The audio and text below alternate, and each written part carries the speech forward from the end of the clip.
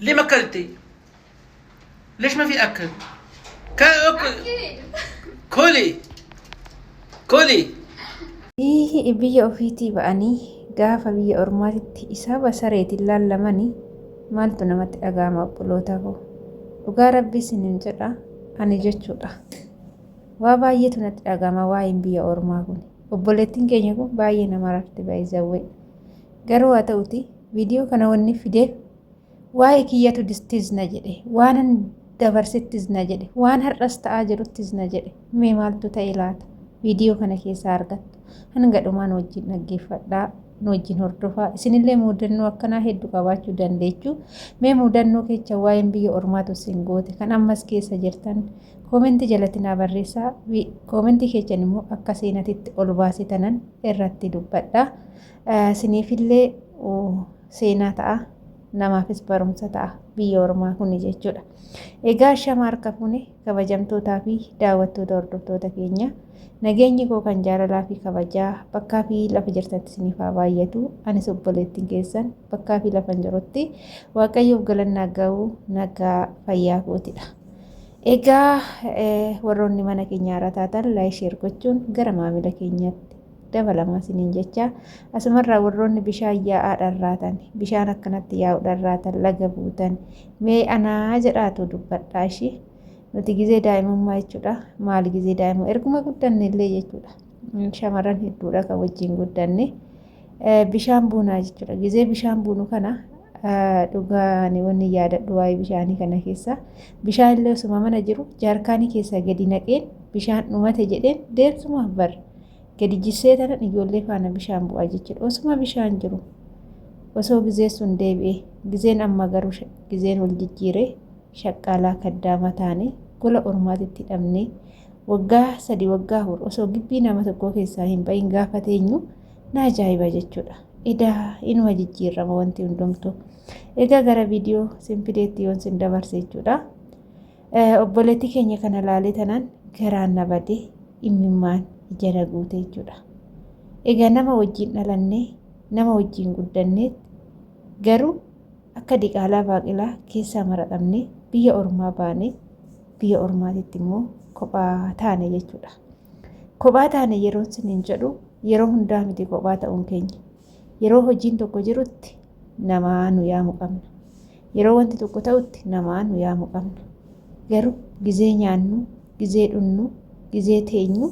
nama wajjin teenyu nama wajjin haasofnu nama wajjin yaada dabarfannu qabnaa ilaata keessattuu sarraateenyoonni kophaa keessan hojjettan kophaa keessan jiraattan ani amma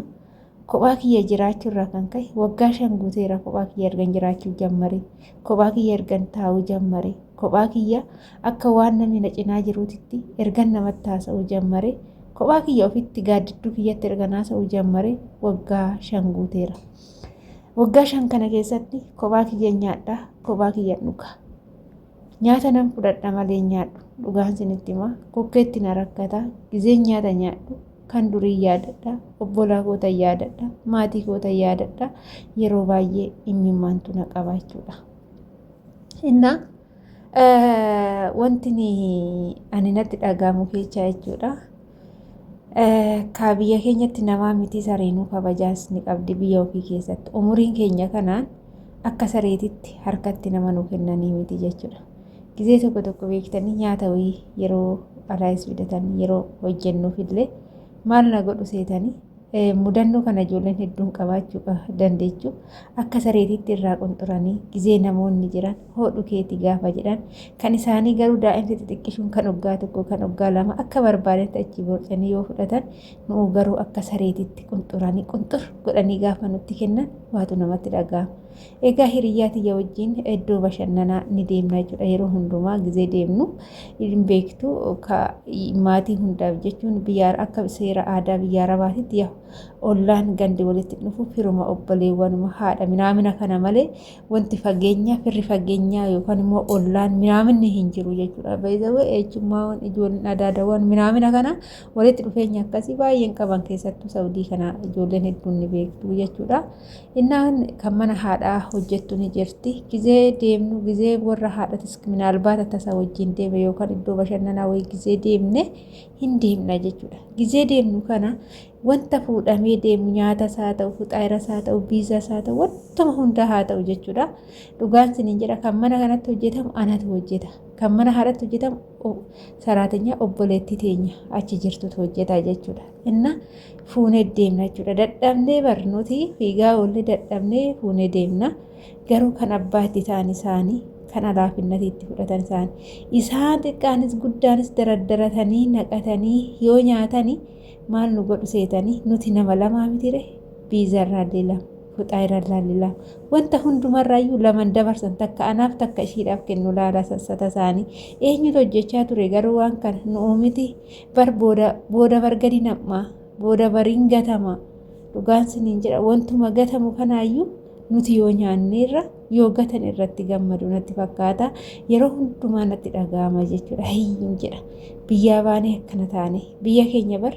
namaa miti saree nu quuftee bulti garuu gaafa jireenya akkanaa jiraannu wama baranna beektanii maaliif ani maalan baradha beektanii bakka rakkataa jechuun maal akka ta'e bakka miskiina jechuun maal akka ta'e haa hojjennus maallaqas yaa argan fuuldurri keenya miskiinas haa ta'uu baatu garuu hanga biyya ormaa jirrutti isaaba miskiinatiin jiraachaarra jechuudha. Harka namaa eeggachuu jechuun maal akka ta'e biyya ormaa kanatti sirriitti barannee jirra jechuudha. Inni obboleettii keenya kanatti yoo isin deebi'e immoo mee ilaalaa wanta amma hoodaatti kennanii isaan itti feemesii ta'u ittiin beekamu nuti nama gaariidha. Haa jedhanii koomentii barreessaniif kittaa itti kennanii miskiina ija keessa ilaalti afaan isin beektu natti fakkaate waan isaan jedhanii nuyi nyaadhu yoo jedhanii haala saniin jechuudha. Isaan garuu itti wacaa kaameraa wanna maaliif kaameraa waraabuun barbaachise nama tokkotti qixxaa kanatti kennanii nyaadhu jedhanii kaameraa waraabanii gadi nama dhiisuun maaliif barbaachise gisee tokko waanuma xiqqishuu tana waan guddaa godhu jechuudha. Waanuma guddaa amma isaan mana isaaniitti waan gaarii godhan waa shaggaa godhan garuu anammoo natti dhagahame akka nama tokkootitti jechuudha. Maaliif jennaani ilaalchi isaan nu qaban ilaalcha baay'ee gadi aanaadha jechuudha. Isiniif gale ilaalcha baay'ee gadi aanaa bakka waanuma nama qabnu waanuma zarii qabnu inaantee beewaasin gara waanuma mana qabnu itti fakkaatu jechuudha. Inna yeroo baay'ee na gaafatu akkamiin manni biyya keessanii mana jedhu guyyaa tokko mana koo kan ijaaramaa jiru nutti agarsiise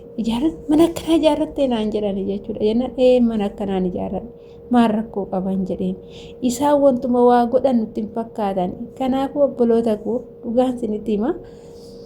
wanti beekuu qabnu nuti asitti yeroodhaaf malee akka gallus ni beekna. Garuu beektanii wanti baradhe biyya ormaa kana keessa gaafa nasii gale waan qaburraa miskiina gargaaruun baradhe jechuudha. Maaliif ija namaa laaluun badduu akka taates naaf gale. Dhala koo daa'ima koo siraataan guddisee dhalli koo akka kootiitti garbummaatti akka biyya garbummaatti akka biyyaan baane siraataan barsiifadhe siraataan guddifachuudha jechuudha. Maaliif argineerra